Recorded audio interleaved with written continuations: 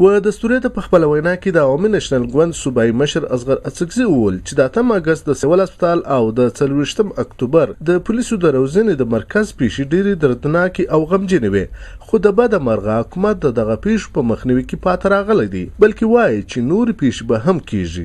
چې د 8 اگست واقعه وسوله ډیرو ذمہوارو خلکو په باروم کې په کچارویو کې په حکومتي فلورو باندې ویلې او لیوه بله به دی واقعه وسي د خلکو به 8 اگست یې رسي. بیا چې د 24 اکتوبر دا واقعه وسوله اوس دا ویل کېږي چې یوه بله به دی واقعه وسي د خلکو به 24 اکتوبر واقعه یې رسي. دا څنګه ریاست دی؟ دا څنګه ملک دی؟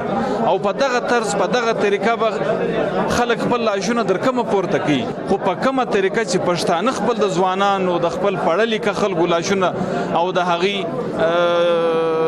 جسدونه پورته کوي، یعنی دا په جهان کې نه دي سوي. که دغه حالات و دغه واقعات ول زما نه دی خیال چې پر دې خطه دی موږ د دنیا په نقشه کې یو داسې څوک پاتې سو چې کوم د خلکو تمه او امید دی.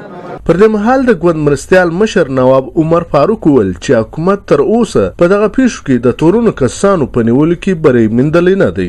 نو زموږ نن مقصد دغه و چې موږ یو د دوی همدردي وکړو او د دوی سره په دا جدوجهد کې ولاړ یو او یو مدعا ورته ول د ګورنمنټ هغې چې کوم د ګورنمنټ ذمہواریانې دي د امن و امان، خصوصا په بلوچستان کې دوی اول تعلق د امن و امان د دوی سره او د دوی په خوښه د دلته ایښول سوي دي. نو چې دوی یو شی کامیاب نه سو نو یا خو دوی خپله ولاړ شي د ګورنمنټ دغې سره پرېږدي او د هغې سره سره که دوی د ګورنمنټ نشي پرېښوی، دوی د خپلې کرسۍ ډېر خوند ورکوي، نو بیا دې کم سے کم په دې باندې یو کاروایي وکړي چې دا د معصومه انسانانو دا کوم قتل عام چې شروع دی چې هغه په شعورن طریقه شروع دی. د یادونې وړ ده چې صوبایي حکومت د پولیسو د روزنې د مرکز مشر او مرستیال مشر د خپلې دندې څخه لرې کړي او د پیښې د پلټنې کار روان ساتلی دی. په دغه ناوړه پیښه کې د وسلوالو کسانو لخوا د پولیسو 2 شپېته زده کوونکي وژل شوي وو. ایوب ترین، مشال ریډیو، کوټه.